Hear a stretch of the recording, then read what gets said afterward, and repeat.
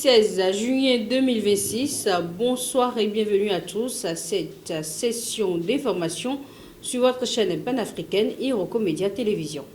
Au programme, aujourd'hui, le discours sur l'état de la nation du président gabonais Brice Clotaire Oligui Nguema, les avancées du projet de référendum constitutionnel en République démocratique du Congo, ainsi que la relance des négociations d'adhésion de la Moldavie à l'Union européenne. Merci de rester suivre les détails.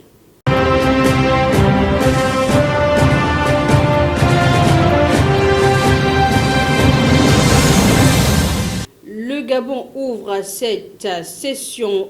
Brice Oligui Nguema réaffirme sa volonté de poursuivre la construction du pays. Le président a prononcé hier, lundi 15 juillet 2026, son discours annuel sur l'état de la nation devant les deux chambres du Parlement réunies en congrès. Conformément aux dispositions de la nouvelle Constitution, cet exercice a permis au chef de l'État de dresser le bilan de son action et de présenter ses perspectives pour l'avenir. Durant plus de 2 heures, le président gabonais a défendu son action à la tête du pays, affirmant avoir hérité d'un État confronté à de nombreuses difficultés. Il a réitéré sa détermination à poursuivre les réformes engagées et à accélérer le développement national. Je cite, « Ma volonté de bâtir ce pays reste intacte. Je ne suis pas un président de maquette. Je suis un président bâtisseur et pragmatique », a-t-il déclaré sous les applaudissements des parlementaires. Le chef de l'État est également revenu sur plusieurs dossiers diplomatiques majeurs, notamment la décision de la Cour internationale de justice attribuant l'île Bané à la Guinée équatoriale. Tout en prenant acte de cette décision, il a souligné la volonté du Gabon de privilégier le dialogue et la paix. Toutefois, son bilan continue de susciter des critiques. Ses opposants dénoncent notamment les restrictions des libertés publiques, la suspension persistante des réseaux sociaux et l'emprisonnement de certaines figures de l'opposition. Alors que le Gabon met en avant la consolidation de ses institutions sous l'impulsion de son président, la République démocratique du Congo est engagée dans un débat politique sensible autour d'une possible réforme constitutionnelle. En RDC, le Sénat a adopté hier, lundi 15 juillet, la proposition de loi fixant les modalités d'organisation d'un éventuel référendum constitutionnel. Approuvé à l'unanimité par les 89 sénateurs présents, le texte marque une nouvelle étape dans un processus qui pourrait aboutir à des modifications importantes de la Constitution congolaise. Toutefois, la Chambre haute a introduit plusieurs amendements par rapport à la version précédemment votée par l'Assemblée nationale. Le principal changement concerne la composition de l'Assemblée constituante chargée d'élaborer les futures réformes. Les sénateurs ont notamment retiré les conseillers communaux du dispositif, estimant que leur élection n'a pas été organisée de manière uniforme sur l'ensemble du territoire national. Cette divergence entre les deux chambres impose désormais une phase d'harmonisation parlementaire. En cas de désaccord persistant, la Constitution prévoit que la position de l'Assemblée nationale prévaudra. De son côté, l'opposition regroupée au sein de la coalition C64 rejette fermement cette initiative.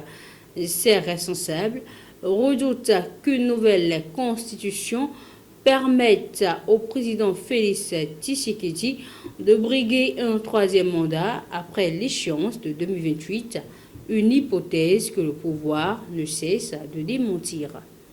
Et pendant que les débats institutionnels se poursuivent en Afrique centrale, l'Europe regarde vers son élargissement avec une avancée significative dans le dossier moldave.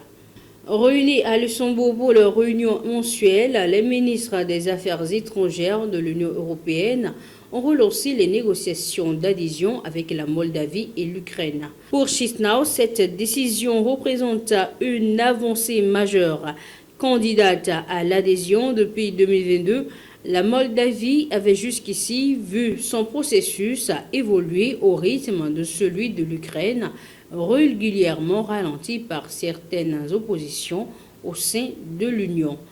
Les États membres estiment aujourd'hui que la Moldavie a réalisé des progrès significatifs dans la mise en conformité de ses institutions et de son économie avec les standards européens. Les discussions ouvertes concernent notamment les chapitres fondamentaux relatifs à la justice, à la sécurité, aux marchés publics, aux statistiques et au contrôle financier. Les autorités moldaves affichent désormais une ambition claire, finaliser l'ensemble des négociations afin de rejoindre officiellement l'Union européenne à l'horizon 2030. Néanmoins, plusieurs défis demeurent. La question de la région séparatiste de Transnistrie continue d'inquiéter certains États membres, soucieux d'éviter la reproduction de situations similaires à celle de Chypre, toujours divisée plusieurs décennies après son adhésion.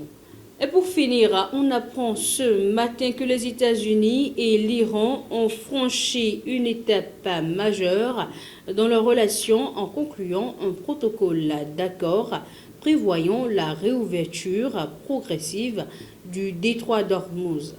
Selon le président américain Donald Trump, le passage devait être complètement ouvert dès vendredi après la signature officielle de l'accord en Suisse.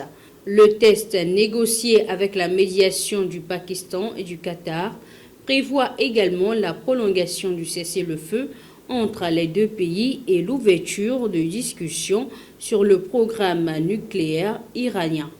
Téhéran s'engage notamment à ne pas développer d'armes nucléaires, tandis que Washington devrait assouplir certaines restrictions économiques. L'annonce a été favorablement accueillie par les marchés internationaux avec une baisse des prix du pétrole et un regain de confiance des investisseurs. Cet accord pourrait marquer le début d'une escalade durable dans une région secouée par plusieurs mois de tensions. C'est la fin de cette revue de l'actualité internationale. Merci de nous avoir suivis et à très bientôt pour une nouvelle section.